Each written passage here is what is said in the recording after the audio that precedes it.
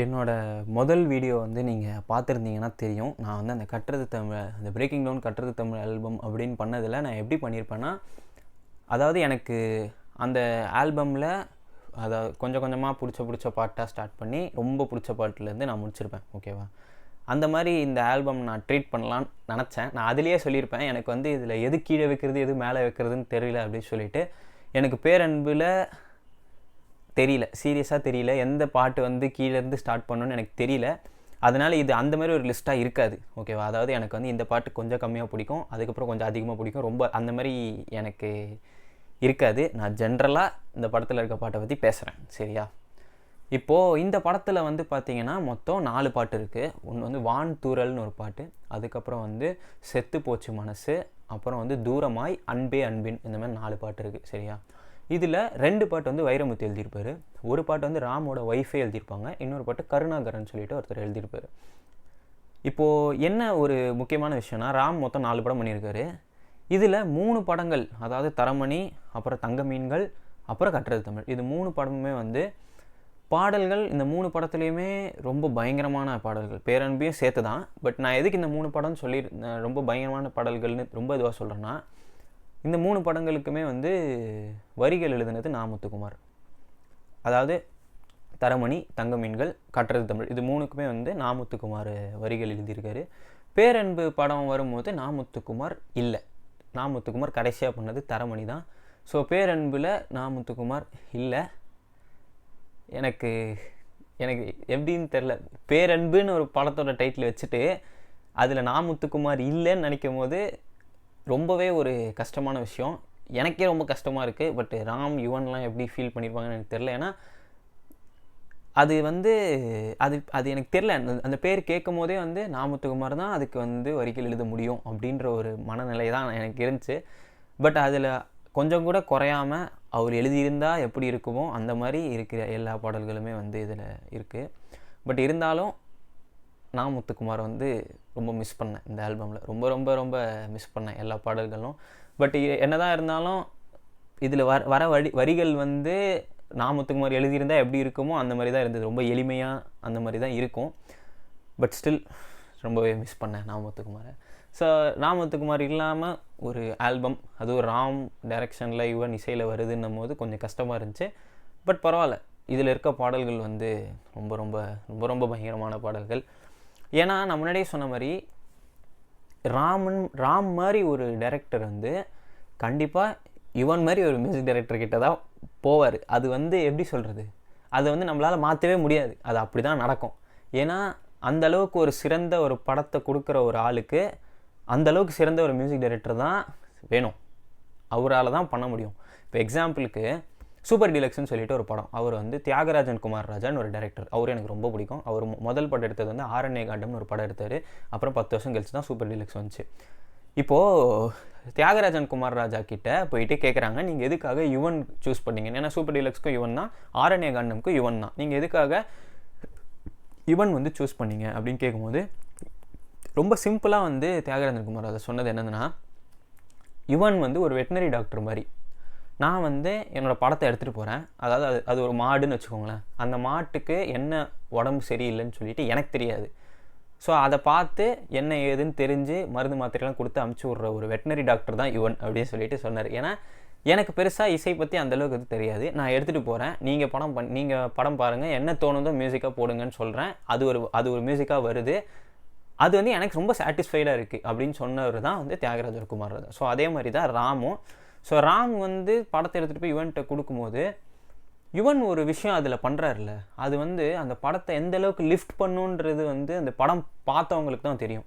ஏன்னா அந்த மியூசிக் அந்த அந்த படத்துக்கு கொடுத்த ஒரு ஃபீல் வேறு யாராலையுமே தர முடியாது. நான் ரொம்ப ரொம்ப ரொம்ப யுவன் பற்றி புகழ்ந்து பேசுகிற மாதிரி இருக்கும், நான் பேசுவேன். சரியா? ஏன்னா பேசி தான் ஆகணும், வேறு வழியே கிடையாது, பேசி தான் ஆகணும்.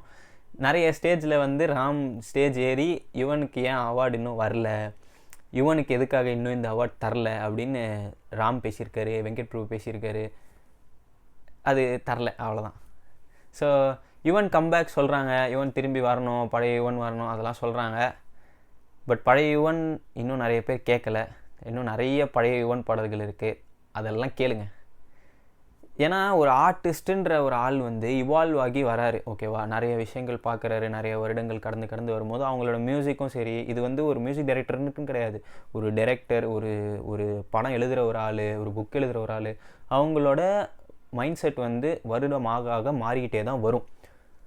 அந்த மாதிரி யுவனோட மைண்ட் செட்டும் அப்போ இருந்ததுக்கும் இப்போ இருந்ததுக்கும் நிறைய வித்தியாசங்கள் இருக்குது, நிறைய சேஞ்சஸ் வந்திருக்கு. ஸோ மியூசிக்குமே வந்து அதுக்கேற்ற மாதிரி தான் வரும். நான் அதுக்குன்னு லவ் டுடே, கோட்டு இதில் இருக்க பாடல்கள்லாம் சூப்பராக இருந்துச்சு, யுவன் பயங்கரமாக பண்ணிட்டார் அப்படின்னு நான் சொல்லலை. அது மட்டும் இல்லாமல் பாட்டு நல்லா இல்லைன்னும் போது யுவன் தான் இதுக்கு காரணம், எதுக்கு இதுமாதிரி லூஸ்மே மியூசிக் போடுறாருன்னு நான் கேட்க மாட்டேன். ஏன்னா எனக்கு தேவையில்லை. ஏன்னா எனக்கு தெரிஞ்ச யுவன் வேறு, அதாவது நீங்கள் பார்க்குற யுவன் வேறு, எனக்கு தெரிஞ்ச யுவன் வேறு. அந்த நான் ஏதோ நேரில் பேசுன மாதிரி இருக்கும், யுவனை பார்த்து நேரில் பேசுன மாதிரி நான் பேசுவேன். பட் அப்படி கிடையாது. என்னென்னா இப்போது யுவன் வந்து ரொம்ப சிம்பிளாக என்ன சொல்லிடுவார்னா, நீங்கள் பாட்டு நல்லா சொல்கிறீங்க, பட் நான் அதை பற்றி பெருசாக கவலைப்படுற ஆள் கிடையாது. ஏன்னா என்னோடய வேலை என்னென்னா, ஒரு டைரக்டர் என்கிட்ட வராரு, இந்த மாதிரி பாட்டு வேணும்னு கேட்குறாரு, நான் அந்த பாட்டை கொடுத்துட்றேன், அவர் சாட்டிஸ்ஃபை ஆகிடாரு, நானும் சாட்டிஸ்ஃபை ஆகிடுறேன், அவ்வளோதான். இதுக்கு மேலே எனக்கு என்ன வேணும்னு கேட்குறாரு. இப்போது ஒரு மியூசிக் டைரக்டர்கிட்ட பாட்டு வாங்கணுன்னா அதுக்கு அந்த டைரக்டருக்கு ஒரு பயங்கரமான ஒரு மியூசிக்கல் சென்ஸ் இருக்கணும், ஓகேவா? இப்போ எக்ஸாம்பிளுக்கு ஜிவிஎம் எடுத்துக்கோங்களேன். ஜிவிஎம் வந்து இது வரைக்கும் ரஹ்மானோட பண்ணியிருக்காரு, ஹாரிஸோட பண்ணியிருக்காரு, இளையராஜாவோட பண்ணியிருக்காரு, தர்புக சிவாவோட பண்ணியிருக்காரு. பட் இதில் பண்ண எல்லா மியூசிக் டைரக்டர்கிட்ட இருந்தும் அவர் அவங்களோட பெஸ்ட்டை தான் வந்து எடுத்திருக்காரு. ஸோ அந்த டைரக்டர் எப்படி பாட்டு போய் கேட்குறாங்களோ அப்ரோச் பண்ணி அந்த மாதிரி பாடல்கள் தான் அந்த சைட்லேருந்து நம்மளுக்கு கிடைக்கும். ஸோ அந்த மாதிரி தான் யுவன் கிட்ட டைரக்டர்ஸ் என்ன கேட்குறாங்களோ அதை தான் யுவன் தராரு. இதுக்கு மேலே வேறு என்ன பண்ண முடியும் யுவனால் அப்படின்ற மாதிரி தான் இருக்கும். இப்போது அவர்கிட்ட போயிட்டு நிறைய பேர் இந்த இன்டர்வியூஸ்லாம் கேட்பாங்க, நீங்கள் எதுக்காக வந்து கட்டுறது தமிழ் அப்புறம் வந்து புதுப்பேட்டை டைமில் ஒரு மியூசிக் ஒன்று பண்ணிங்கல்ல, அந்த மாதிரி ஏன் இப்போ பாட்டு வர மாட்டேங்குதுன்னு கேட்கும்போது ரொம்ப சிம்பிளாக யுவன் சொல்லியிருப்பார், அந்த மாதிரி படங்கள் எதுவும் இப்போ வரல, அதெல்லாம் நான் பாடல்கள் பண்ணல அப்படின்னு சொல்லிடுவார். உண்மை அதுதான். இப்போ கோட்டு, லவ் டுடே, அதில் இந்த 2 படத்தில் ரொம்ப அப்படி படமாக செம்மையாக இருக்குது அப்படின்னு பார்க்குறதுக்கு ஒன்றும் இல்லை. ஸோ மியூசிக்கும் அந்த மாதிரி தான் இருந்திருக்கு, வேறு என்ன பண்ணுறது? இதே தான் இப்போது 7 கடல் 7 மலை படத்தில் 2 பாட்டு ரிலீஸ் ஆச்சு. ஒன்று வந்து சித்தார்த் பாடியிருப்பார், இன்னொன்று வந்து சனாவே பாடியிருப்பார். 7 கடல் 7 கடல்னு சொல்லிட்டு ஒரு பாட்டு ஒன்று சனா பாடியிருப்பார். அந்த 2 பாட்டை நீங்கள் கேட்டிங்கன்னா தெரியும் அந்த படம் எப்படி இருக்கும்னு. அந்த 2 பாட்டில் உங்களுக்கு தெரியும். நிறைய பேர் அதுதான் யுவன் அப்படின்னு சொல்கிறாங்களே, உண்மையிலே அதுதான் யுவன். ஏன்னா அந்த படத்தோட கதை, அந்த யுவன் அப்படி மியூசிக் போட வச்சுருக்கு, அவ்வளோதான். ஸோ அந்த மாதிரி திரும்பி வந்து பழைய யுவன் வேணும் அப்படின்னு நீங்கள் கேட்குற உங்கள் எல்லாருக்குமே என்ன சொல்கிறேன்னா, பழைய மாதிரி படம் வந்ததுன்னா பழைய யுவன் பாடல்கள் திரும்பி வரும், அவ்வளோதான். ஸோ இப்போ இந்த கோட் படம் ரிலீஸ் ஆகும் போதெல்லாம் நிறைய பேர் சொல்லிட்டு இருந்தாங்க, அனிருத்துக்கே மியூசிக் கொடுத்துருக்கலாம், நல்லாவே இல்லை பாட்டு, என்னது இது இப்படி இருக்குது, என்னது இது அப்படி இருக்குது அப்படின்னு சொல்லிட்டு.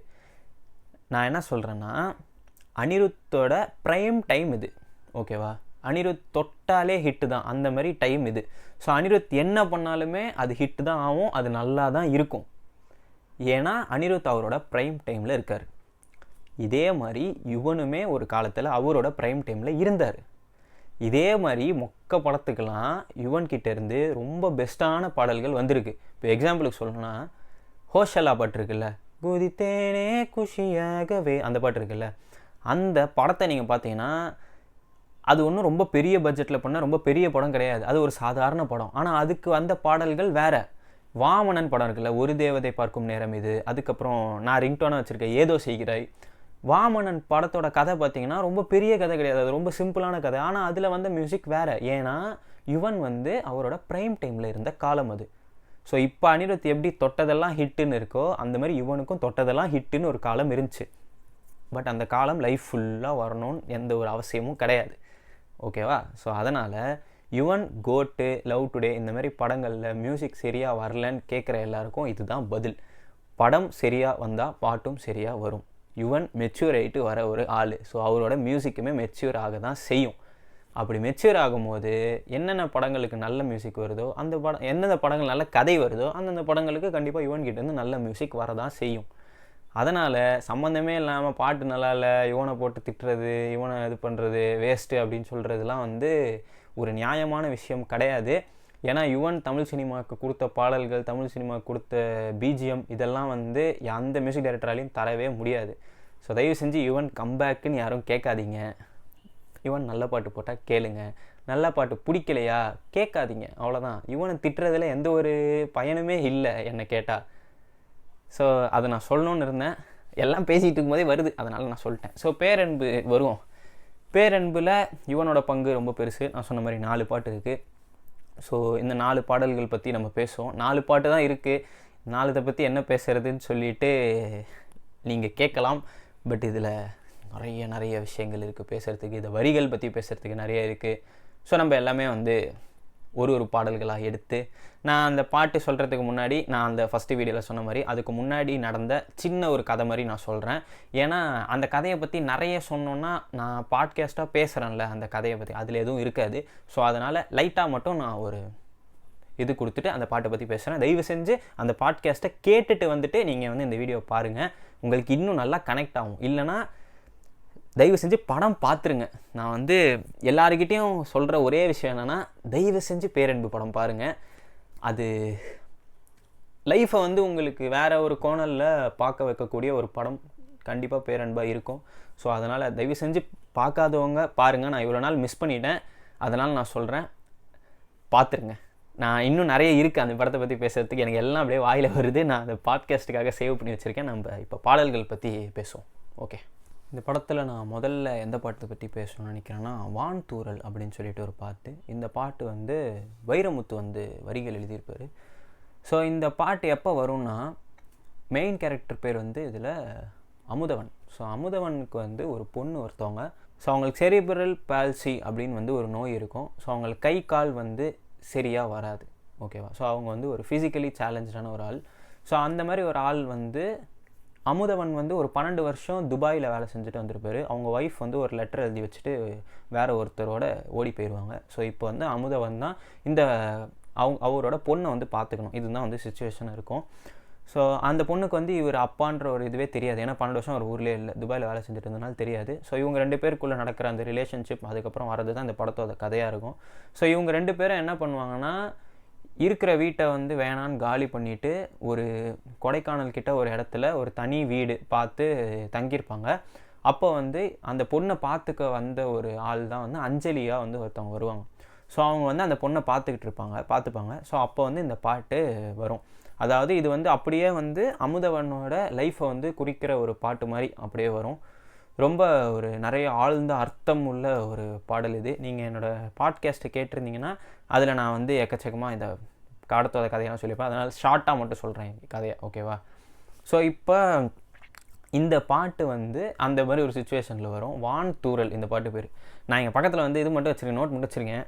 என்னென்னா இந்த பாட்டு வந்து கொஞ்சம் வரிகள் இதில் கொஞ்சம் ரொம்ப அதிகமாக பயங்கரமாக இருக்குது. அதனால் அந்தளவுக்கு டக்குன்னு மனப்பாடம் ஆகாத ஒரு காரணத்தினால் நான் எங்கள் சைடில் அடிக்கடி இப்படி பார்த்து கொஞ்சம் ரெஃபர் பண்ணி மட்டும் சொல்கிற மாதிரி பாடுற மாதிரி இருக்கும்.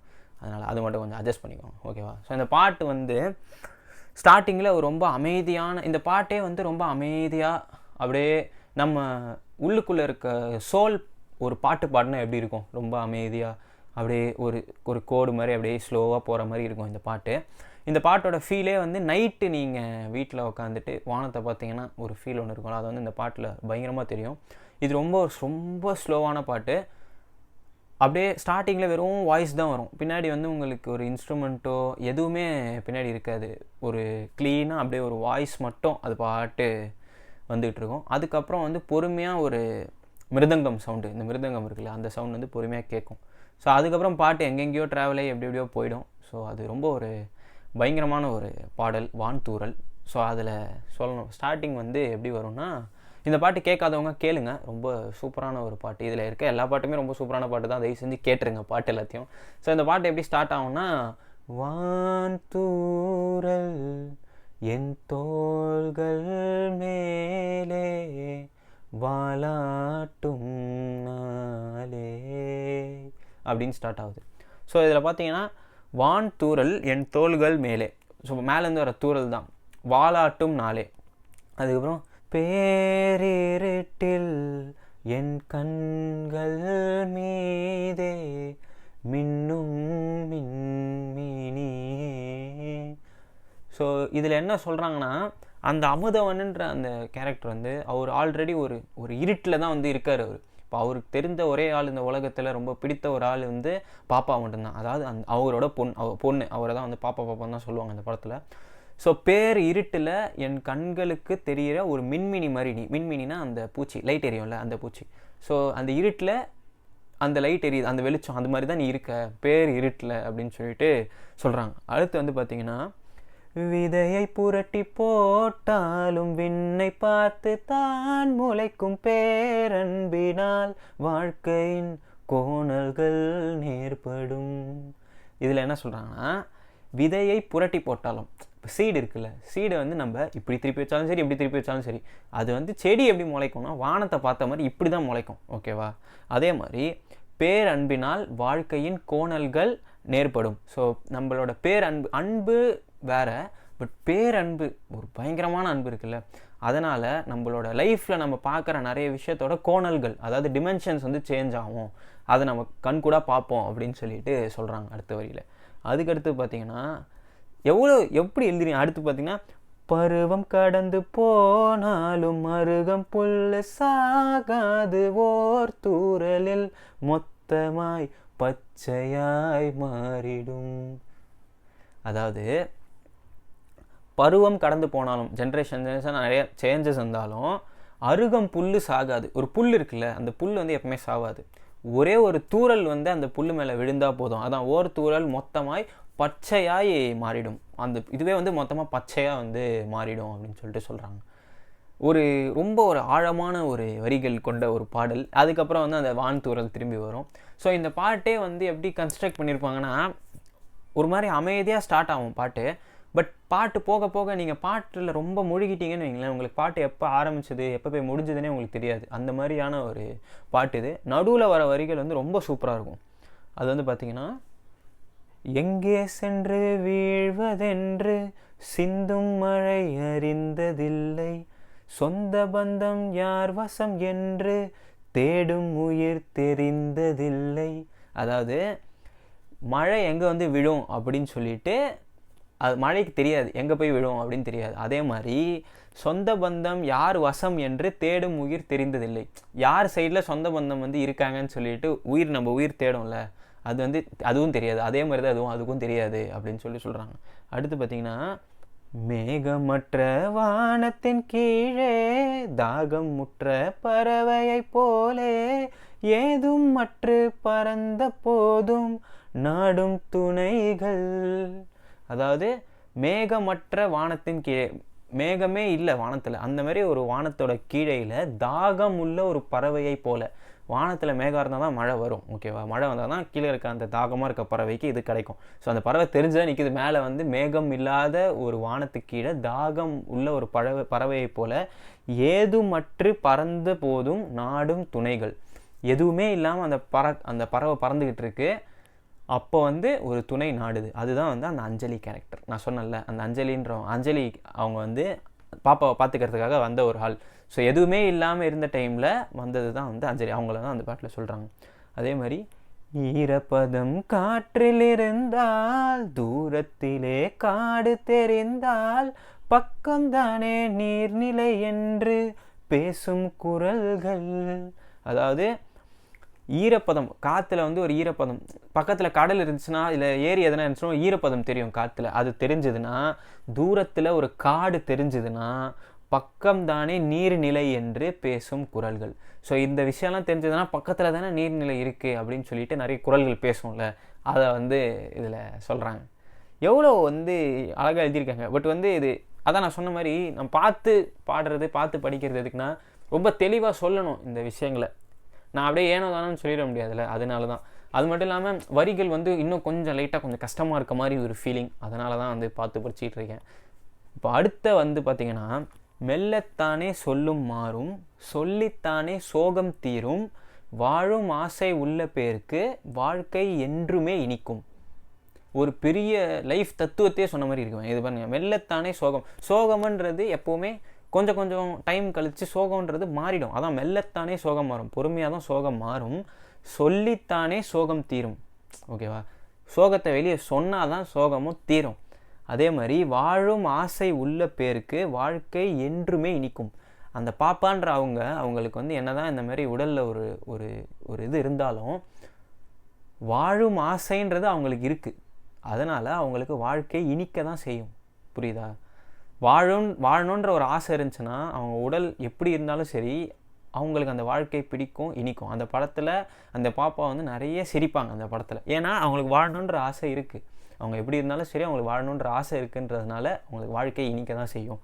அதே மாதிரி ஊனப்பட்ட ஜீவன் ஏதும் பட்டினியால் சாவதில்லை, எங்கோ செல்லும் எறும்பு கூட இறை கொடுக்கும். அதாவது ஊனம்னா அந்த ஃபிசிக்கலி டிசேபிள்டாக இருக்காங்களே அவங்க, ஊனப்பட்ட ஜீவன் ஏதும், ஜீவன்னா எந்த ஒரு உயிராக இருந்தாலும் சரி, பட்டினியால் சாவது கிடையாது. அவங்க யாருமே பட்டினியால் சாவதில்லை. அதுக்கு என்ன எக்ஸாம்பிள் சொல்கிறாங்கன்னா, எங்கோ செல்லும் எறும்பு கூட இறை கொடுக்கும். அதாவது இறைனா சாப்பாடு. எங்கேயோ போகிற எறும்பு கூட அவங்களுக்கு சாப்பாடு கொடுக்கும்னு அந்த இயற்கையை அவ்வளோ நம்பி அவர் வந்து சொல்கிறார், எழுதியிருக்கார். ஒரு எறும்பு கூட வந்து சாப்பாடு கொடுக்கும் கண்டிப்பாக, ஊனமுற்ற ஜீவனை யாரும் விட்டுற மாட்டாங்க அப்படின்னு சொல்கிறாரு. அதே மாதிரி மேகம் மட்டும் வானம் இல்லை, தேகம் மட்டும் வாழ்க்கை இல்லை, புலன்களை கடந்து கூட இன்பம் இருக்கும். அதாவது மேகம் க்ளவுட்ஸ் எல்லாம் இருந்தால் தான் வானம்னு கிடையாது. அதே மாதிரி தேகம் மட்டும் வாழ்க்கை இல்லை, ஸோ புலன்களை கடந்து கூட இன்பம் இருக்கும். நம்ம ஐம்புலன்கள்னு சொல்கிறாங்களே, 5 சென்சஸ், அதெல்லாம் தாண்டியும் இன்பம்ன்றது ஒன்று இருக்கும். ஏன்னா அந்த பாப்பாவுக்கு அந்த 5 சென்சஸ் வந்து கம்மியாக இருக்கிறதுனால அதை தாண்டியுமே வந்து வாழ்க்கை இருக்கும். அது மட்டும் வாழ்க்கை கிடையாது அப்படின்னு சொல்லிட்டு சொல்கிறாங்க. ஸோ இந்த பாட்டு வந்து ஒரு எப்படி சொல்கிறது, ஒரு லைஃப் தாண்டி நிறைய கருத்துக்கள் சொல்கிற ஒரு பாட்டு மாதிரி எனக்கு ஃபீல் ஆச்சு. ரொம்ப ஒரு அமைதியாக ஒரு ரொம்ப ஒரு அழகான ஒரு பாடல். நான் அதே முன்னாடியே சொன்ன மாதிரி எங்கே ஆரம்பித்தோம் எங்கே முடித்தோன்னே இந்த பாட்டு தெரியாது. அந்த மாதிரியான ஒரு சூப்பரான பாட்டு. ரொம்ப ஒரு மெலோடியாக, ரொம்ப ஒரு நல்ல சூப்பராக ஒரு ஃபீல் தரக்கூடிய ஒரு பாட்டு. ஸோ கேட்காதவங்க கேளுங்க. இந்த லிரிக்ஸ் வந்து இதுதான் சொல்லுது. இதில் இன்னும் நிறைய விஷயங்கள் சொல்கிறாங்க போல். எனக்கு இருக்கிற அறிவில் எனக்கு என்ன தெரிஞ்சதோ அதை மட்டும் நான் சொன்னேன். ஸோ இன்னும் நிறைய விஷயங்கள் இதில் சொன்னாங்கன்னா தயவு செஞ்சு அதை சொல்லுங்கள், நானும் தெரிஞ்சுப்பேன். ஓகேவா? ஸோ அதனால் இதுதான் வந்து அந்த பாடல். இப்போ நம்ம வந்து அடுத்த பாட்டுக்கு போவோம். இதில் நான் பேசுகிற அடுத்த பாட்டு எதுன்னு பார்த்தீங்கன்னா தூரமாய். ஸோ தூரமாய் வந்து என்னோடய மிக பிடித்த ஒரு சிங்கர், அதாவது விஜய் தாஸ் வந்து இந்த படத்தில் பாட்டு பாடியிருப்பார். பட் இந்த பாட்டு வந்து இந்த படத்தில் நான் பார்த்த வரைக்கும் வரல இந்த பாட்டு. பட் இது வந்து ரொம்ப ஒரு சூப்பரான ஒரு செமையான பாட்டு. இது என்ன மாதிரினா ஒரு பாசிட்டிவ் ஃபீல் தரக்கூடிய ஒரு பாட்டு. இந்த பாட்டு எனக்கு கேட்கும்போது லைஃப் ஆஃப் ராம் பாட்டு இருக்குல்ல, அந்த பாட்டு வந்து ரொம்பவே ஞாபகம் வரும். ஏன்னா இந்த படம் பார்த்ததுக்கப்புறம் எனக்கு இந்த பாட்டு எப்படி ஃபீல் ஆச்சுன்னா, நான் சொன்னேன்ல அவங்க வந்து ஒரு தனி வீடு கொடைக்கானலில் பார்த்துட்டு சுற்றி எதுவுமே இருக்காது, வெறும் காலி அந்த புல்வெளி தான் இருக்கும், வெறும் வீடு தான் இருக்கும் நடுவில். அது ரொம்ப அழகான ஒரு வீடு. ஸோ அந்த வீட்டுக்கு போகிற வழியில், அந்த வீட்டுக்கு போனதுக்கப்புறம் என்னென்னலாம் வந்து இருக்கோ அது இந்த பாட்டில் பேசின மாதிரி எனக்கு ஒரு ஃபீலிங். பட் அது மட்டும் இல்லாமல் இது ரொம்பவே சூப்பரான பாட்டு. நான் முன்னாடியே சொன்ன மாதிரி லைஃப் ஆஃப் ராம் பாட்டு மாதிரி இந்த பாட்டில் ஒரு அமைதி, ஒரு ஹோப் பயங்கரமாக கிடைக்கிற மாதிரி இருக்கும் இந்த பாட்டு. இயற்கையை வந்து அந்தளவுக்கு ரசிக்கலாம் இந்த பாட்டு நம்ம கேட்டோம்னா. இது வந்து அகெயின் வைரமுத்து தான் எழுதியிருப்பார் இந்த பாட்டை.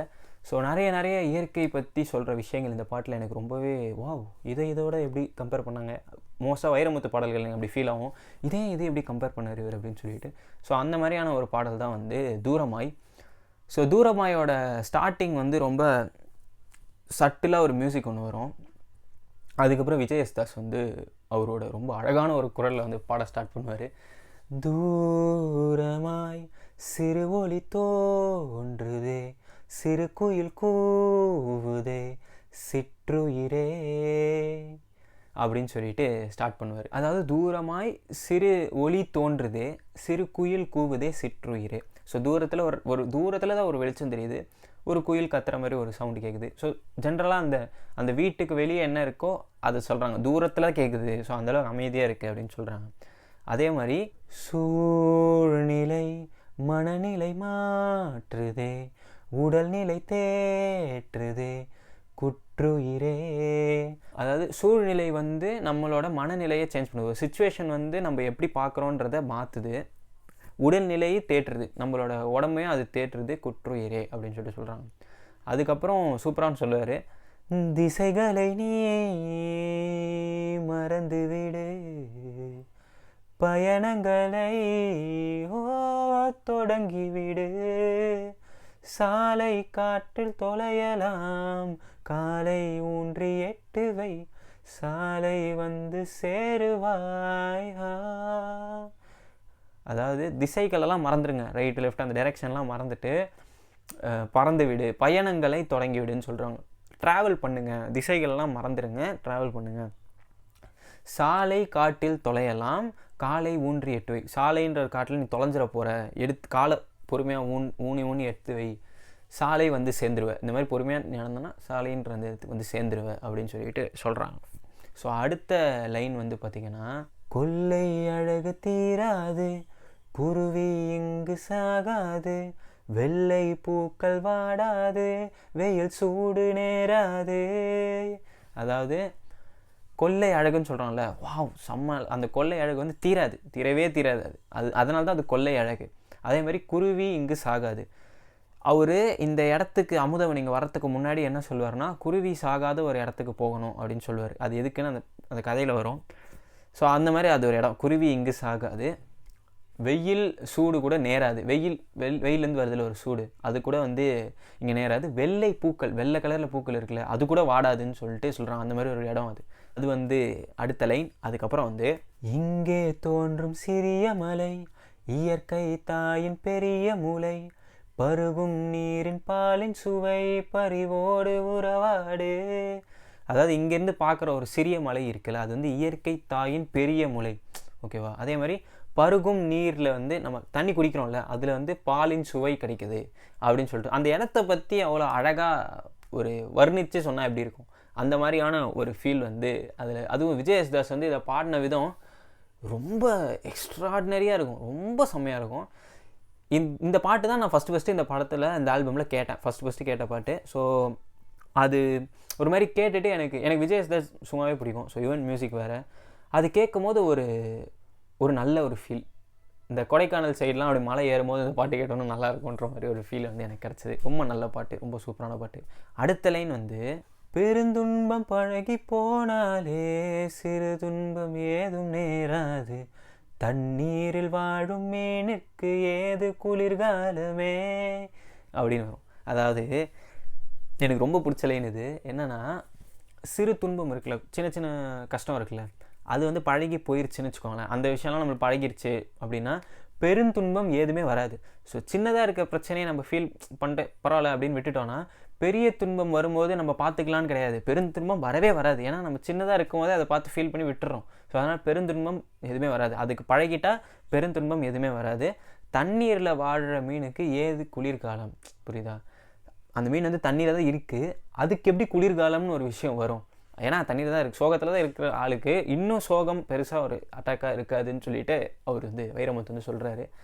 ஸோ இது ஒரு சூப்பரான ஒரு நான் முன்னாடியே சொன்ன மாதிரி ரொம்ப அழகான ஒரு பாட்டு. இயற்கையை நிறைய வர்ணித்து இந்த பாட்டில் வந்து சூப்பராக சொல்லியிருப்பாங்க. ஸோ இந்த பாட்டு நிறைய பேர் கேட்டிருக்கீங்களான்னு எனக்கு தெரியல, எனக்கு ரொம்ப சோகமாக இருக்குது, நிறைய பேர் கேட்கலன்னு நினைக்கும் போது. பட் தயவு செஞ்சு கேளுங்க. தூரமாய் வந்து ரொம்ப ஒரு அழகான, நான் இந்த வரிகள் சொல்லும் போதே உங்களுக்கு தெரிஞ்சிருக்கும், அந்த இயற்கையை எவ்வளோ அழகாக சொல்ல முடியுமோ அந்தளவுக்கு வந்து சொல்லியிருப்பாங்க. ஸோ ரொம்ப சூப்பரான ஒரு பாட்டு. ஸோ கேட்காதவங்க ப்ளீஸ் கேளுங்க, வேறு என்ன சொல்கிறது, நான் கேளுங்க. ரொம்ப ஒரு அழகான ஒரு பாடல் தூரமாய். இந்த பாட்டு நான் கேட்கும் போது முன்னாடி சொன்னேன், எனக்கு அந்த லைஃப் ஆஃப் ஃப்ரம் ஞாபகம் வந்தது. பட் அதையும் தாண்டி எதுக்கு கேட்குறேனே தெரியாமல் நான் சும்மா கேட்டிருந்தேன் இந்த பாட்டை. அந்த மாதிரி எனக்கு அந்தளவுக்கு ரொம்ப பிடிச்சிருச்சு இந்த பாட்டு. பட் இது படத்தில் வரல, வந்திருந்தா இன்னும் நல்லா இருந்திருக்கும். நான் இந்த படம் எவ்வளோ தூரம் வந்தாலும் நான் பார்ப்பேன்னு வச்சுக்கோங்க. பட் இந்த பாட்டு வராதது கொஞ்சம் கஷ்டமாக இருந்துச்சு. பட் ரொம்ப ஒரு சூப்பரான ஒரு பாட்டு, அதனால் கேட்டு பாருங்கள். இதில் இப்போ இருக்க அடுத்த பாட்டு எதுனா, செத்து போச்சு மனசு அப்படின்னு சொல்லிட்டு ஒரு பாட்டு. இந்த பாட்டு வந்து கருணாகரன் சொல்லிட்டு ஒருத்தர் எழுதியிருப்பார். ஸோ இந்த பாட்டு வந்து ரொம்ப ஒரு மனசுக்கு உருக்கமான ஒரு பாட்டு. ஏன்னா ஒரு ஸ்டேஜுக்கு மேலே வந்து இவங்கக்கிட்ட இருக்க காசெல்லாம் வந்து தீர்ந்து போயிடும். அதாவது அமுதவன்கிட்டையும் பாப்பாக்கிட்டே இருக்க காசெல்லாம் தீர்ந்து போயிடும். ஸோ அமுதவன் வந்து திரும்பி கொடைக்கானல் வந்து சென்னைக்கு வரக்கூடிய ஒரு நிலைமை வந்துடும்.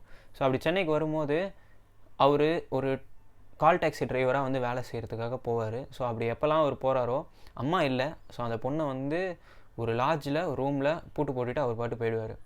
ஸோ அவள் எப்போ பார்த்தாலும் தனியாகவே தான் இருப்பாள். அதனால் நிறைய பிரச்சனைகள்லாம் வரும். ஸோ அதனால் அவர் என்ன பண்ணுவார்னா, அந்த பாப்பாவை வந்து அவர் ஒரு ஒரு ஹோமில் எடுத்துகிட்டு போய் சேர்த்துருவார். அங்கே வந்து அந்த ஃபிசிக்கலி சேலஞ்சாக இருக்கவங்க, மென்டலி சேலஞ்சாக இருக்கவங்களாம் அங்கே இருப்பாங்க. ஸோ அங்கே வந்து சேர்த்துருவார் பாப்பா எடுத்துகிட்டு போயிட்டு. என்ன ஒரு பிரச்சனைனா, பாப்பா வந்து ரொம்ப நம்பிடுவா அவர் தான் இனிமே அப்படின்னு சொல்லிட்டு அப்படி தான் இருப்பாள். ஸோ ஸ்டார்டிங்கில் நம்ப மாட்டா, அதுக்கப்புறம் நம்ப ஆரம்பித்து அவர் தான் எல்லாமே அப்படின்னு சொல்லிட்டு அவள் இருந்துருவா. ஸோ இவ்வளோ நாள் வந்து அவள் வந்து அப்பான்னு சொல்லிட்டு இருந்துருவா. பட் இவருக்கு வேறு வழி எதுவுமே இருக்காது.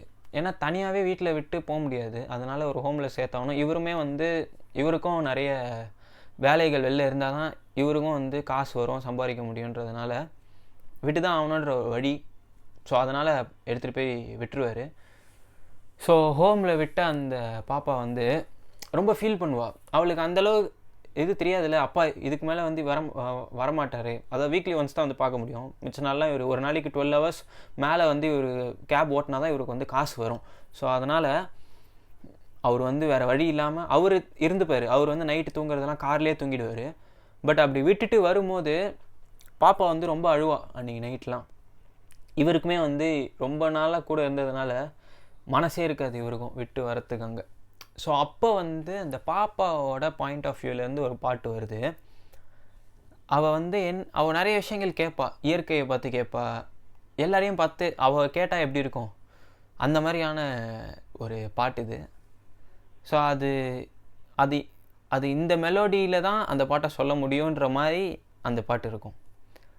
ஒரு ரொம்ப மனசுக்கு ஒரு உருக்கமான ஒரு பாட்டு. அதாவது அந்த ஃபிசிக்கலி சேலஞ்சாக இருக்காங்கல்ல, அவங்க எவ்வளோ கஷ்டம் ஃபேஸ் பண்ணுறாங்க, அவங்களுக்கு மனசில் வர கேள்வியெல்லாம் எழுதுனா எப்படி இருக்கும் அந்த மாதிரி இருக்கும் இந்த பாட்டு.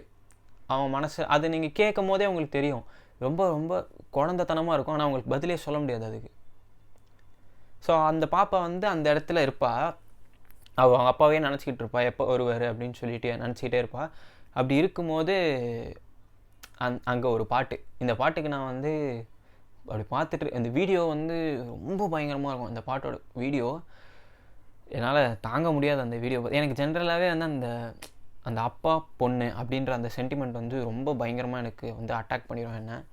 ஸோ அது இல்லாமல் இப்படி ஒரு பாட்டு வரும்போது என்னால் இதுவே பண்ண முடியாது. என்னடா இது அப்படின்ற மாதிரி அந்த வீடியோ பார்க்கும்போது தான் எனக்கு ரொம்ப மனசு கஷ்டமாக இருக்கும். ஏன்னா விட்டு போயிடுவார்ல அவருமே ஃபீல் பண்ணுவார், பாப்பாவுமே ஃபீல் பண்ணுவாள். அது ரொம்ப கஷ்டமாக இருக்கும், அதை பார்க்கவே முடியாது. ஸோ அந்த மாதிரியான ஒரு பாட்டு. நான் வந்து இதுக்கு லிரிக்ஸ் நான் வந்து பார்த்தே வந்து பாடிடுறேன், இல்லைன்னா நான் தப்பாக எதனா பாடிடுவேன்னு எனக்கு லைட்டாக பயமாக இருக்குது. அதனால் நான் வந்து லிரிக்ஸ் பார்த்தே வந்து நான் பாடிடுறேன். ஸோ அப்படியே பாடும்போதே வந்து உங்களுக்கு நான் சொல்கிறேன். ஸோ இந்த பாட்டு கேட்கலன்னா, இதில் நான் எல்லாத்துக்கும் சொல்லிட்டேன், கேட்கலன்னா கேளுங்க, அவ்வளோதான். வேறு எதுவும் சொல்ல முடியாது, தயவு செஞ்சு கேளுங்க. ரொம்ப ஒரு சூப்பரான பாட்டு இது. ஸோ இந்த பாட்டு ஸ்டார்டிங்கில் ஒரு ஃபீமேல் அவங்க தான் பாடியிருப்பாங்க. அவங்க ஸ்லோவாக ஸ்டார்ட் பண்ணுவாங்க இந்த பாட்டை. செத்து போச்சு மனசு, செவிடு ஆச்சு பூமி, குருடு ஆச்சு சாமி, யார நானும் கேட்பேன் இந்த பூமி பந்துல, என்னை விட்டு போன நீயும் எங்க தெரியல அப்படின்றாங்க. அதாவது செத்து போச்சு மனசு, அவள் மனசு, பாப்பா மனசு செத்துருச்சு. செவிடு ஆச்சு பூமி, இந்த பூமியே செவிடாயிருச்சு, சாமி குருடாயிருச்சு.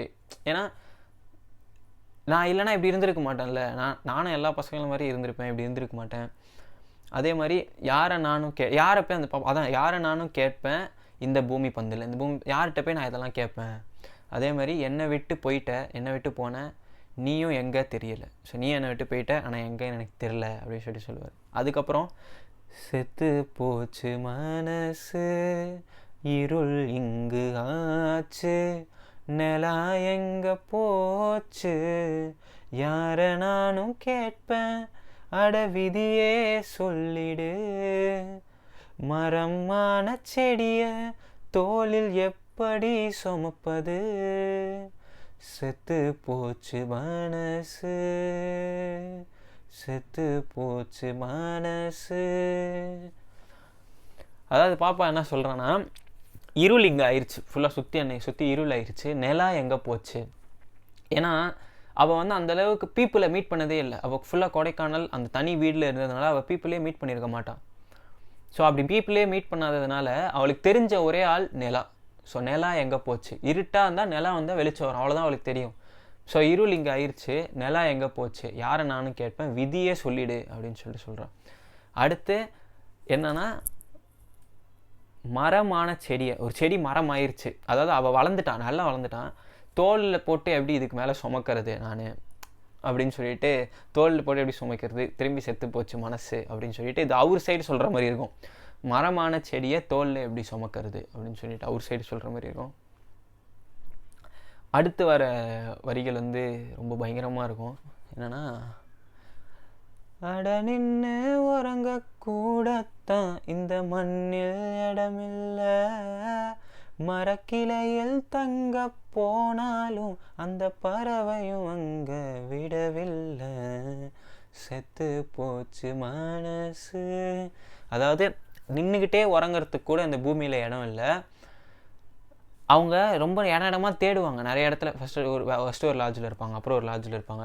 ஸோ அவளுக்குன்னு ஒரு இடம் இல்லைன்றத அவள் ரொம்ப இந்த மாதிரி சொல்லுவாள். நின்று உறங்கிறதுக்கு கூட இந்த பூமியில் இடம் இல்லை, இந்த மரக்கிளையில் தங்கிறதுக்கு போனாலும் அங்கே இருக்கிற அந்த பறவை வந்து கூட எனக்கு விடவில்லை அப்படின்னு சொல்லிட்டு அவள் ரொம்ப ஃபீல் பண்ணி சொல்லுவாள். ஏன்னா எனக்கான ஒரு இடம் அந்த பூமியில் இல்லையே அப்படின்னு சொல்லிட்டு அவள் சொல்கிறது ஒரு 2 விஷயத்த கம்பேர் பண்ணி தான் சொல்லுவாள்.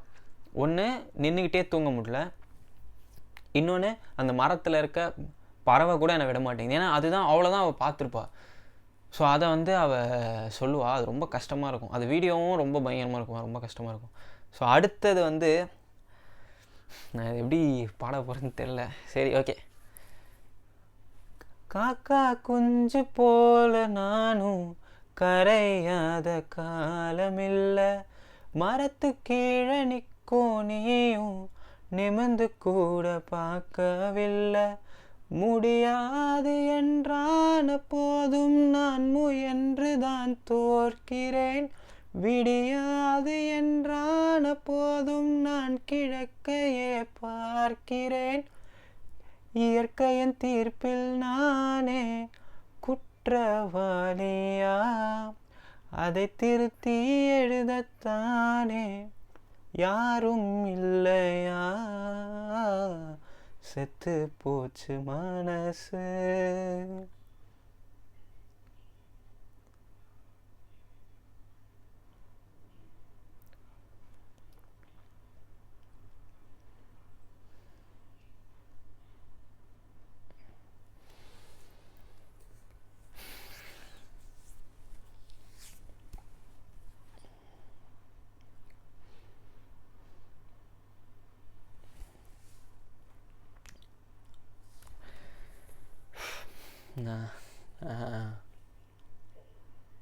நான் என்ன சொல்கிறது, நான்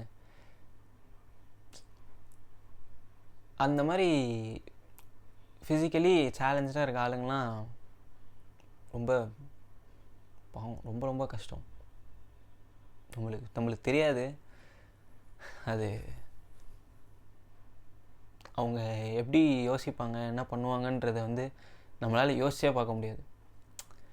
அதில் ரொம்ப ஒரு சின்ன டயலாகில் வந்து அந்த படத்தில் வந்து அதை சொல்லியிருப்பாங்க. அமுதவன் வந்து என்ன பண்ணுவார், பாப்பா மாதிரியே வந்து நடந்து பார்க்கலான்னு சொல்லிட்டு, அவள் கையெல்லாம் ஒரு மாதிரி இருக்கும், ஸோ நடந்து பார்க்கலான்னு நடந்து பார்ப்பார். அவரால் நடக்கவே முடியாது. ஸோ அவர் என்ன சொல்லுவார்னா, பாப்பா மாதிரி என்னால் நடக்கவே முடியல, ஸோ ஒருத்தர் மாதிரி இன்னொருத்தவங்க இல்லைன்னு சொல்கிறது எவ்வளோ பெரிய வன்முறை அப்படின்னு சொல்லிட்டு அவர் சொல்லுவார். ஏன் மற்ற பசங்க மாதிரி பாப்பா இல்லைன்னு நான் நினைக்கவே கூடாது நான், ஏன்னா அது எவ்வளோ பெரிய ஒரு கஷ்டம்னு எனக்கு தெரியும் அப்படின்னு சொல்லிட்டு அவர் சொல்லுவார். ஸோ இந்த பாட்டில் இந்த லைனில் வந்து பார்த்தோன்னா, காக்கா குஞ்சு போல நானும் கரையாத காலம் இல்லை. காக்கா கரையும் தானே சொல்லுவாங்க, கத்துன்னு சொல்ல மாட்டாங்கல்ல. ஸோ அந்த மாதிரி நான் கத்தாத நாள் இல்லை, மரத்து கீழே நிற்கிற நீயும் திரும்பி கூட பார்க்கவில்லை. ஸோ நீ மரத்து கீழே தான் இருக்க, நான் அவனை பார்த்து தான் கத்திட்டு இருக்கேன், ஆனால் நீ திரும்பி கூட பார்க்க மாட்டேறேன். அவள் கோவமாயிட்டா ஒரு ஸ்டேஜில்.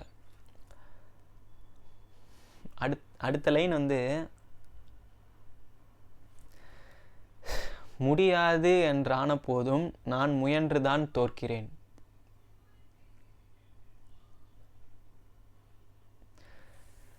அதாவது முடியாது என்றான போதும் நான் முயன்று தான் பார்க்கிறேன்னு சொன்னால் பரவாயில்ல, ஓகேவா? எனக்கு முடியாதுன்னு தெரியும், நான் ட்ரை பண்ணுறேன் அப்படின்னு சொல்கிறது வேறு. பட் பாப்பா என்ன சொல்கிறான்னா, முடியாது என்றான போதும் நான் முயன்று தான் தோற்கிறேன் அப்படின்னு சொல்கிறான். ஸோ அவளுக்கு முடியாதுன்னு தெரியும், ஆனாலும் அவள் ட்ரை பண்ணுறா. ஆனால் அவள் தோற்று தான் போகிறா. அவள் சொல்லிட்டா, நான் முடியாது என்றான போதும் நான் முயன்று தான் தோற்கிறேன், விடியாது என்றான போதும் நான் கிழக்கையே பார்க்கிறேன். கிழக்கில் தான் சூரியன் வந்து மேலே வரும், விடியவே விடியாதுன்னு தெரிஞ்சும் நான் கிழக்கையே தான் பார்த்துக்கிட்டு இருக்கேன் அப்படின்னு அவள் சொல்லுவாள். ரொம்ப பயங்கரமான பாட்டு இது. இயற்கையின் தீர்ப்பில் நானே குற்றவாளியா? இயற்கை வந்து ஒரு ஒரு தீர்ப்பு ஒன்று சொல்லுது, அதில் நான் தான் குற்றவாளியா, நான் என்ன தப்பு பண்ணேன் அப்படின்னு சொல்லுது. அதை திருத்தி எழுத தானே யாரும் இல்லையா? ஸோ அந்த குற்றத்தை வந்து திருத்தி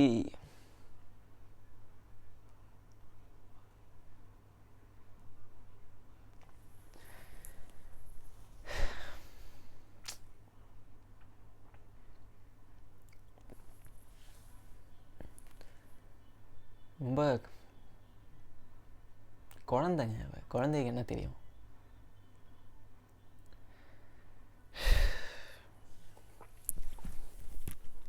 அது என்ன பண்ணுறதுனே தெரில, அதனால் ஒரு மாதிரி ஆகிட்டேன் நான். சரி, இந்த பாட்டை நான் வந்து சீக்கிரமாக முடிச்சுட்டு போயிடுறேன்.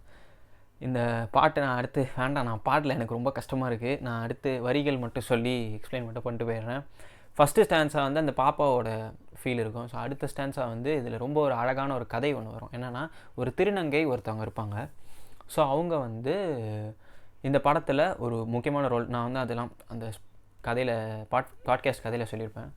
ஸோ அப்போ வந்து அந்த திருநங்கை வந்து என்ன பண்ணுவாங்கன்னா, ஒரு சீனில் வந்து இவரோட காரில் ஏறி வந்து போவாங்க.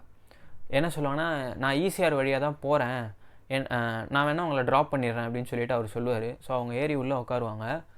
உட்காந்துட்டு காரில் போயிட்டு இருக்கும்போது அவர் என்ன சொல்லுவார்னா, கண்ணாடி ஜன்னல் இருக்குல்ல, ஜன்னல் வந்து ஃபுல்லாக இறக்கிடுவாங்க அவங்க. அவர் என்ன சொல்லுவார்னா, எதுக்கு இறக்குற, ஏசி தான் ஓடிட்டு இருக்குல்ல, மூடியே இருக்கட்டும் அப்படின்னு சொல்லும்போது அவங்க ஒன்று சொல்லுவாங்க. வழக்கமாக வந்து கஸ்டமர் கூட போய் எப்போ பார்த்தாலும் இந்த மூடின ஜன்னலில் தான் வந்து நான் இருப்பேன் ஒரு காரில் இருந்தேன்னா, எனக்கு இப்போ வந்து காற்றை வந்து வாங்கணும் போல் இருக்குது, நீங்கள் என் கஸ்டமர் இல்லைல்ல, அதனால் நான் இறக்கி விட்டுக்கிறேன் அப்படின்னு சொல்லிட்டு அவங்க ஜன்னலை வந்து இறக்கிடுவாங்க. ஸோ இது வந்து அவங்க வந்து ஒரு சைடில் இவர் மேலே ஒரு காதல் வந்து அவங்களுக்கு வரும். அது ரொம்ப அழகாக இருக்கும். அந்த காதல் வரும்போது அவங்களோட பாயிண்ட் ஆஃப் வியூவில் வந்து சொல்கிற மாதிரி இருக்கும். இது என்னை போல ஜீவன் எல்லாம் ஒதுங்கி கொள்ள இடமும் இல்லை, உன்னை விட வாழ்வில் இங்கு எனக்குன்னு யாரும் இல்லை அப்படின்னு அவங்க சொல்லுவாங்க. அவங்க என்ன சொல்கிறாங்கன்னா, அவங்கள மாதிரி ஒரு ஜீவன்லாம் வந்து ஒதுங்கி நிற்கிறதுக்கு கூட இங்கே இடம் கிடையாது, ஆனால் உன்னை விட வாழ்வில் இங்கு எனக்குன்னு யாரும் இல்லை, உன்னை விட எனக்கு இங்கே யாரும் இல்லை அப்படின்னு. அடுத்த லைனு அது நீங்கள் வீடியோவாக பார்த்தீங்கன்னா, அந்த படத்தோடு வரும்போது அந்த வீடியோவாக பார்த்தீங்கன்னா உங்களுக்கு வந்து லைஃப்பை பார்க்குற பெர்ஸ்பெக்டிவே வந்து மாறிடும். அந்த மாதிரியான ஒரு சீன் அது. அதில் என்ன வரும்னா, அதில் தான் வந்து அவங்க அந்த ஜன்னல் திறந்து வெளியே பார்ப்பாங்க.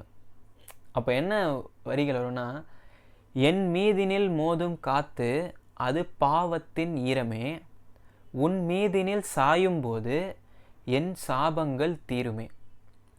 அவங்க மேலே வீசுகிற காற்று வந்து பாவத்தோட ஈரம்தான். ஓகே, அவங்க ஒரு தப்பான தொழில் பண்ணுறாங்கன்னு அவங்க சொல்லுவாங்க. அதனால் அது வந்து பாவத்தின் ஈரமே, உன் மீதினில் நான் சாயும் போது என் சாபங்கள் தீருமே. அதெல்லாம் உன் மேலே சாஞ்சனா அந்த சாபம் எல்லாமே வந்து தீர்ந்து போயிடும் அப்படின்னு சொல்லிட்டு சொல்லுவாங்க. அதே மாதிரி குடைகளை கண்டு மழையும் வானில் நிற்காதே. கொடையை பார்த்து மழை ஒன்றும் நிற்க போகிறதில்ல. தடைகளை கண்டு வாழ்க்கையும் பாதியில் முடியாதே. மழை வந்து கொடையை பார்த்து நிற்காது. அதே மாதிரி தடைகள், அதாவது நிறைய நம்மளுக்கு ஸ்ட்ரகிள்ஸ் ஆப்ஸ்டகிள்ஸ்லாம் வருதில்ல, அதை பார்த்து வாழ்க்கை ஒன்றும் முடிய போகிறதில்ல. வாழ்க்கை போயிட்டே தான் இருக்கும், ஸ்ட்ரகிள்ஸ் வந்துட்டே தான் இருக்கும். அது மாதிரி வாழ்க்கை முடியாதுன்னு சொல்லிட்டு ஒரு சின்ன லைனில் அந்த பாட்டை முடிச்சிருவாங்க. இவ்வளோ நேரமாக செத்து போச்சு மனசுன்னு பாடிக்கிட்டு இருந்தவங்க மெல்ல துடிக்கும் மனசு அப்படின்னு முடிச்சிருவாங்க அந்த பாட்டை. இந்த மாதிரியான ஒரு பாட்டு, இந்த வரி, அந்த வீடியோ, அந்த மியூசிக் வேறு எங்கேயுமே வந்து எனக்கு தெரிஞ்ச வரைக்கும் வராது. ஸோ இது ஒரு பயங்கரமான பாட்டு. நான் எக்ஸ்பிளைன் பண்ணும்போது எனக்கே தெரியாமல் ரொம்ப ஃபீலிங் கஷ்டம் அந்த மாதிரி உள்ள நிலமைக்குள்ளே போயிட்டேன். ஸோ அதான் நம்ம இப்போ அடுத்த பாட்டுக்கு போயிடுவோம். இந்த பாட்டு போதும், நம்ம அடுத்த பாட்டுக்கு போயிடுவோம். ரொம்ப அழகான பாட்டு, உங்களுக்கு கேட்டிங்கன்னா புரியும். நம்ம அடுத்த பாட்டு போயிடலாம். இந்த படத்தில் வந்து நான் வச்சுருக்கிற கடைசி பாட்டு வந்து அன்பே அன்பின். நான் வந்து செத்து போச்ச மனசு தான் இந்த இடத்துல வைக்கலான்னு இருந்தேன். பட்டு நான் வச்சேன்னா கடைசியில் கண்டிப்பாக ஏதாவது சோகமாக ஆகிடும் தெரியும். அட்லீஸ்ட் அது கொஞ்சம் சந்தோஷமாக முடிப்போமே அப்படின்னு சொல்லிட்டு தான் நான் அன்பே அன்பின் எடுத்து வந்து லாஸ்ட்டில் வச்சேன். ஸோ அன்பே அன்பின் வந்து எனக்கு இந்த படத்துலேயே வந்து எல்லா பாட்டும் பிடிக்கும். பட்டு இன்னும் ஒரு பர்சன்ட் அதிகமாக பிடிக்கிறது வந்து அன்பே அன்பின். ஏன்னா இது வந்து அந்த அப்பா பொண்ணு ரிலேஷன்ஷிப் வந்து சொல்கிற பாட்டு இருக்கும். எனக்கு இந்த அப்பா பொண்ணு ரிலேஷன்ஷிப் சொல்கிற பாட்டு நிறைய பிடிக்கும். பட் எனக்கு அதில் அன்பே அன்பின் வந்து ஆல்வேஸ் ஸ்பெஷல். ஏன்னா இந்த படத்தோட ஸ்டார்டிங்கில் வந்து பாப்பா வந்து கோவமாக இருப்பாள் அமுதவன் மேலே. அந்த புது வீட்டுக்கு போனதுக்கப்புறமும் பெருசாக பழக்கம் இல்லாததுனால கோவமாக இருப்பாள். ஸோ அவர் என்னென்னமோ பண்ணி பார்ப்பார் அவளை வந்து சமாதானப்படுத்துறதுக்கு. அவள் வந்து கடைசியில் அம்மா வேணும்னு கேட்பா. அம்மா வந்து ஓடி போயிட்டாங்களே, அதனால் இது பண்ண முடியாது. அதனால் அவர் என்னென்னமோ பண்ணி பார்ப்பார். டான்ஸ் ஆடுவார், நான் வேணால் டான்ஸ் ஆட்டா அப்படின்வார், நான் வேணால் நாய் மாதிரி நடிக்கிட்டா அப்படின்னு நிறைய பண்ணுவார் அவர். அப்போ வந்து ஒரு தடவை ஒரு குதிரையை கூப்பிட்டு வருவார். இந்த குதிரையை கூப்பிட்டு வந்து இதை வச்சு இவளை வந்து இது பண்ணலாம் அப்படி சொல்லிட்டு குதிரையை கூப்பிட்டு வந்து, பாப்பா இங்கே பேர் நான் ஒரு குதிரையை கூப்பிட்டு வந்திருக்கேன், இது பேர் நெயில் பாலிஷ் அப்படி சொல்லிட்டு சொல்லுவார். அந்த குதிரை நல்லா வெள்ளையாக இருக்கும் பார்க்குறதுக்கு, இதுக்கு பேர் நெயில் பாலிஷ் அப்படின்லாம் சொல்லுவார். அவள் அப்போ கூட மதிக்கவே மாட்டான். அப்போ என்ன பண்ணுவான்னா, அந்த சீன் சூப்பராக இருக்கும். நைட் ஆனால் அவள் வந்து இவர் வந்து வெளியே போயிடுவார். அப்போ வந்து பாப்பா வந்து வெளியே வருவாள். அவர் வீட்டில் இல்லாத சமயம் பாப்பா வெளியே இருப்பாள். பாப்பா வீட்டில் இருக்க சமயம் அவர் வந்து வெளியே இருப்பார். ஸோ அவர் இருக்கிற டைமில் அதுக்கேற்ற மாதிரி அவர் வந்து கரெக்டாக வெளியே போயிடுவார், பாப்பா வந்து பார்க்கட்டும் அப்படின்னு சொல்லிட்டு. ஸோ அப்போ வந்து கொஞ்சம் கொஞ்சமாக பாப்பா அந்த நெயில் பாலிஷ் வந்து குதிரை இருக்குல்ல அதோட பேசுவா, ஃப்ரெண்ட் ஆகிடுவா. அப்போ இவர் வீட்டுக்குள்ளே நின்று அமைதியாக பார்த்துட்டு போகிறாள், டிஸ்டர்பே பண்ண மாட்டார். அப்போ என்ன ஆகிடும்னா, ஒரு சீனில் இவங்க வீட்டுக்குள்ளே வந்து ஒரு குருவி ஒன்று வந்துடும், குட்டியாக ஒரு குருவி ஒன்று வந்துடும். காலைல பாப்பா வந்து கத்துவா, இந்த மாதிரி குருவி ஒன்று வந்துருச்சு அப்படின்னு சொல்லிட்டு சொன்னோடனே இவர் வருவார். வந்து அந்த குருவியை வந்து அழகாக பிடிச்சி வெளியே எடுத்துகிட்டு போயிட்டு பறக்க விடுவார். அது பிடிக்கிற சீன் இருக்கே அவ்வளோ அழகாக இருக்கும், அந்த குருவியை பிடிக்கிற சீன். ஏன்னா அந்த குருவி டக்குன்னு மாட்டாது, பறந்துக்கிட்டே இருக்கும். அது ரொம்ப அழகாக காட்டுவாங்க. அப்படியே பொறுமையாக பிடிச்சி எடுத்துகிட்டு போய் அவர் பறக்க விட்டோடனே பாப்பாவுக்கு வந்து இவரை அப்போ தான் பிடிக்க ஆரம்பிக்கும். ஸோ அப்போ வந்து கார்த்திக் வாய்ஸு, இந்த எழுதினவங்க வந்து ராமோட ஒய்ஃப் தான் இது வந்து எழுதியிருப்பாங்க. ஸோ இது வந்து சுமதி ராம் அவங்க பேர். கார்த்திக் வாய்ஸில் ஒரு செம்மையான பாட்டு வந்து ஒன்று வரும். அவங்க ரெண்டு பேரோட ரிலேஷன்ஷிப்பு வந்து சொல்கிற மாதிரி இருக்கும் அந்த பாட்டு.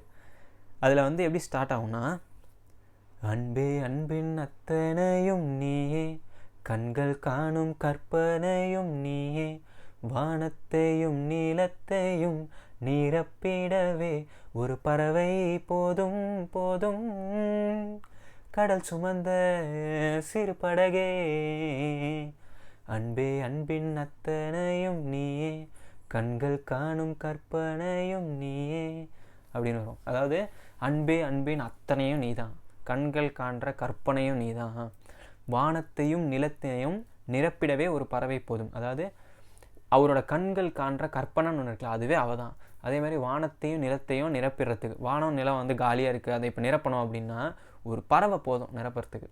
ஓகேவா? அது வந்து அவங்க லைஃபுக்கும் பொருந்தும். ஒரு பறவை போதும் அவங்க ரெண்டு பேர் ரிலேஷன்ஷிப் ஒன்றா சேர்கிறதுக்கு. ஸோ அதை தான் கடல் சுமந்த சிறு படகே அப்படின்னு சொல்லிட்டு வரும். ஒரு பெரிய கடல், அதை சுமந்த ஒரு சின்ன படகு மாதிரி அவள். ஸோ கடல் சுமந்த சிறு படகே. அதுக்கப்புறம் திரும்பி அந்த அன்பே அன்பின் அத்தனையும் நீயே, கண்கள் காணும் கற்பனையும் நீயே அப்படின்னு சொல்லிட்டு வரும். அதுக்கப்புறம் குருவி நீந்தும் நதியே, மீன்கள் பறக்கும் வனமே, சுற்றும் குளிரும் சுடரே மாயமே, ஏரி நீரில் உன்முகந்தான் விழுகையிலே ஏந்தி கொள்ள தேவதைகள் வந்திடுமே, திசைகள் தொலைத்தேனே, அலையில் மிதந்தேனே, தீவை போல வந்தாய் நின்றாய் நீயே அப்படின்னு வரும். அதாவது குருவி நீந்தும் வனமே, எவ்வளோ அழகாக எழுதியிருப்பாங்க தெரியுமா?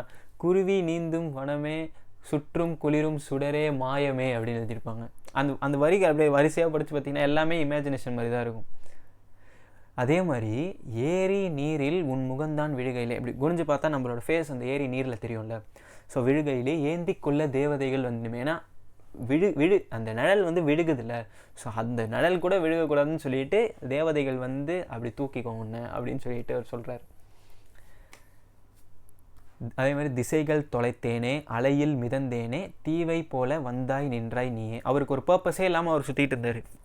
திசைகள்லாம் தொலைச்சிட்டாரு, அலைகளில் இது பண்ணிட்டாரு. அதுக்கப்புறம் வந்து தீவு மாதிரி இப்போ ரொம்ப தூரம் கடலில் ட்ராவல் பண்ணிட்டு வரவங்களுக்கு ஒரு தீவை தூரத்தில் பார்த்தாங்கன்னா அவ்வளோ சந்தோஷம் இருக்கும், ஏதோ ஒரு இடத்துக்கு நம்ம வந்திருக்கோம். அந்த மாதிரி தீவை போல வந்தாய் நின்றாய் நீயே அப்படின்னு சொல்கிறாரு அவர். அதே மாதிரி திரும்பி அந்த கடல் சுமந்த சிறு படகே அப்படின்னு வரும். அதுக்கப்புறம் ஒரு பெரிய பாஸ் ஒன்று வரும் படத்துலேயே.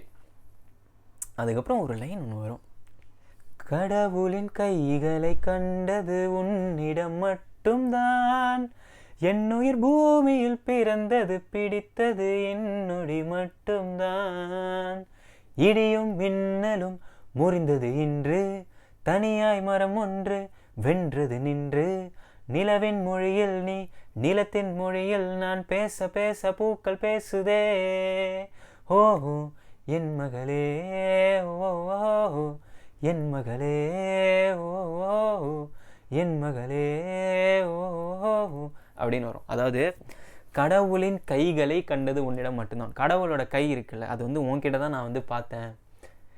இத்தனைக்கும் அவள் வந்து ஒரு ஃபிசிக்கலி சேலஞ்ச்ட். அவளோட கை வந்து அவளால் ஃபுல்லாக இப்படி விரிக்க முடியாது அவள் கையை. ஸோ அந்த மாதிரி கடவுளின் கைகளை கண்டது உன்னிடம் மட்டும்தான், என்னுயிர் பூமியில் பிறந்தது பிடித்தது என்னொடி மட்டும்தான். அதாவது அவரும் அவளும் அப்போ தான் ஒன்றா சேருவாங்க. ஸோ அவர் என்ன சொல்கிறாருன்னா, நான் வாழ்கிறதுலையே என்னோடய மொத்த லைஃப்லேயே எனக்கு பிடிச்ச ஒரு மொமெண்ட்னா அது இதுதான் அப்படின்னு சொல்கிறாரு. அதே மாதிரி இடியும் மின்னலும் முறிந்தது இன்று, இடி மின்னல் எதுவுமே இப்போ எங்களை தாக்க போகிறதில்ல, முறிந்தது இன்று, தனியாய் மரம் ஒன்று வென்றது நின்று. அதாவது நிறைய பேர் வந்து அந்த ஒரு ஃபீமேல் தனி பேரண்ட் வந்து ஒரு பையனை எப்படி வளர்க்குறாங்க, ஒரு பொண்ணை எப்படி வளர்க்குறாங்கன்னு தான் வந்து பார்க்குறாங்க. பட் வந்து ஒரு சிங்கிள் மேல் பேரண்ட் இருக்கார்ல, அதுவும் அவர் வந்து ஒரு பொண்ணை சிங்கிளாக வளர்க்குறதுன்றது ரொம்ப ஒரு பெரிய விஷயம். ஏன்னா நிறைய டிஃபிகல்ட்டிஸ் ஃபேஸ் பண்ணுவாங்க, அதெல்லாம் இந்த படத்தில் காட்டுவாங்க, நிறைய டிஃபிகல்ட்டிஸ் ஃபேஸ் பண்ணுவாங்க அவங்க. ஸோ அந்த சைடு வந்து நிறைய பேர் பேச மாட்டாங்க. ஒரு அப்பா, தனியான ஒரு அப்பா ஒரு பொண்ணை வளர்க்குறாரு அப்படின்றது ரொம்ப பெரிய ஒரு விஷயம். ஸோ அதுதான் தனியாய் மரம் ஒன்று வென்றது நின்று. அவர் வந்து அவளோட ஒன்றா சேர்ந்ததே அப்படி வந்து நான் ஜெயிச்சிட்டேன் அப்படின்ற மாதிரி அவர் நினைப்பார். நிலவின் மொழியில் நீ நிலத்தின் மொழியில் நான், நீ வந்து நிலவின் மொழி, நிலவு மாதிரி நீ, நான் வந்து நிலம் மாதிரி, நம்ம ரெண்டு பேரும் பேச பேச கீழே இருக்க பூக்கள்லாம் பூக்க ஸ்டார்ட் ஆகிடுது அப்படின்னு சொல்லிட்டு ஓஹோ என் மகளே அப்படின்னு சொல்லுவார். அப்போ தான் என் மகளே அப்படின்னு சொல்லுவார். அது வந்து ஒரு ஒரு சரியான பாட்டு. அது இந்த ஃபாதர் டாட்டர் ரிலேஷன்ஷிப்பு வந்து ரொம்ப பயங்கரமாக வந்து அந்த பாட்டில் காட்டியிருப்பாங்க.